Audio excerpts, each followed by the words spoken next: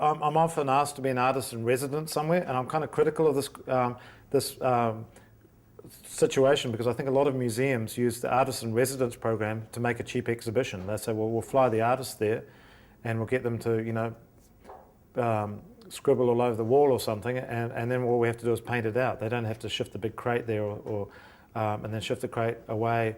And the annoying thing is you arrive as the artist and you get off the plane and they say, so what are you going to do? And you say, well, I haven't got a clue, you know, I've just arrived here. I don't know, something will happen, I'm sure, but they want to program it into their exhibition schedule and stuff. The marvellous thing about Martha was day one, the director of the Shinati Foundation, Mariana Stockerbrand, called me into her office and she said, well, welcome. Firstly, here's a big bag of money. It was like a cartoon, you know, almost like a sack with a piece of rope around it, and she slid it across the table. I'm going to use this for like that.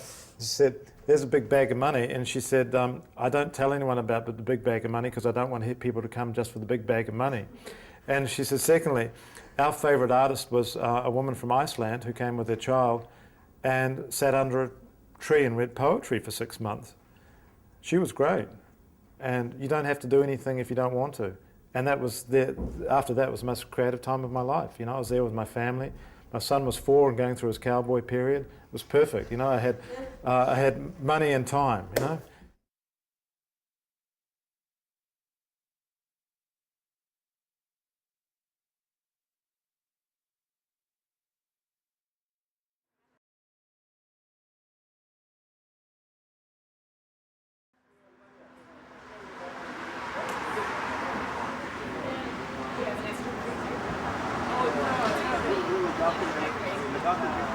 There are a few pieces in that show I really like a lot. The Who's Afraid of Red, Yellow, and Blue was really fun because I had just been trying to teach my students about Barnett Newman and about color theory and color knot theory and minimalist painting. And so I was talking to them about his series of paintings about 3 days ago. And so walking in and seeing this red, yellow, and blue piece was really entertaining. And going in, and the room is so bright at night, it's painful to the eyes. And so you just stand there, and then all of a sudden you see a blue dot, and you see a red dot. And then the dots become really big. And they're really small. They're just little pinhead dots, but then they start taking up a huge amount of space in the room, and it was quite nice.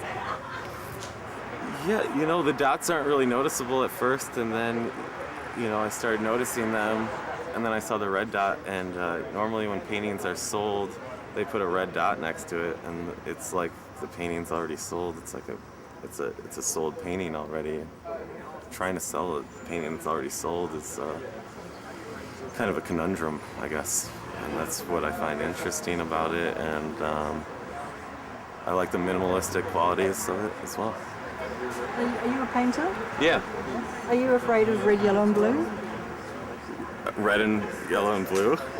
I'm more of a fan of purple, I would say, so maybe I am. Did you know that was the title of the work? Red, yellow, and blue? I'm afraid of red, yellow, and blue. Oh, really? That makes sense. Red could be like the earth, yellow could be the sun, and blue could be the sky. And it's like a metaphor for being scared of the world. Possibly.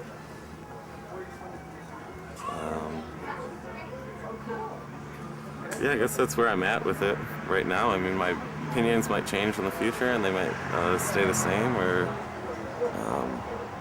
I like seeing work when I'm not really educated about it, though.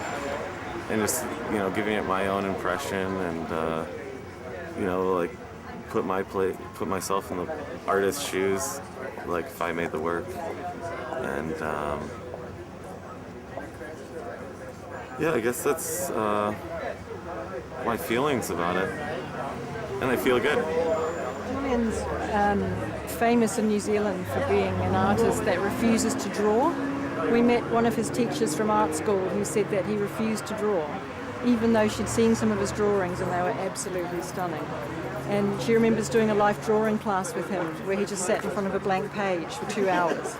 And finally she came over and noticed one single line on the page, and she said, there we go, you do draw. And he said, no, that's just a hair. What do you think about an artist who refuses to draw? Well, sometimes making an image, I think, is really easy because it's really understandable, and the lack of an image is sometimes more rewarding to a viewer, as well as it opens up, different parts of the brain, I think, and it's more of a risk to not have an image there, or not have something that's set in stone, and a lot of artists, I don't think, are willing to take that risk. Although I do think Chicago is a place where people can take that risk and they get rewarded for it and get praise for it. But yes, sometimes, like in my own work, when I make an image, sometimes I feel like it's too easy. That if there's more of a lack of an image and it's more of an object, then it has more meaning. Let me say, I think there's not one truth, but a series of truths. And I think that's a good way to look at art. Rather than looking at it as it being about an absolute thing, I think art, there's a series of truths or correct answers about art. And I think that's a good way to look at it. So answering your question, I would like to say that it works. There's a truth for many different people to come to it. Also, more correctly, is that I believe that the artist does not necessarily, he or she does not necessarily own the meaning or the understanding of the work. I think this is a cumulative thing, which the culture understands that, and that unfolds over a period of time. That's why I think it's so important to have people writing about art, curators, commentators, critics, etc. Because something will unfold over a period of time. I found myself, talking about time, I found myself saying that it's interesting to walk around any museum, and indeed I did at the MCA, which is one of my favourite museums in the world. I do think it's a very good museum, this. And some works just don't stand the test of time for me. They don't resonate past the period they're made, just a little bit like a pop song. Just reminds us of 1975 and nothing else. And that to me is quite an important test with an artwork, if it has this kind of leap into eternity.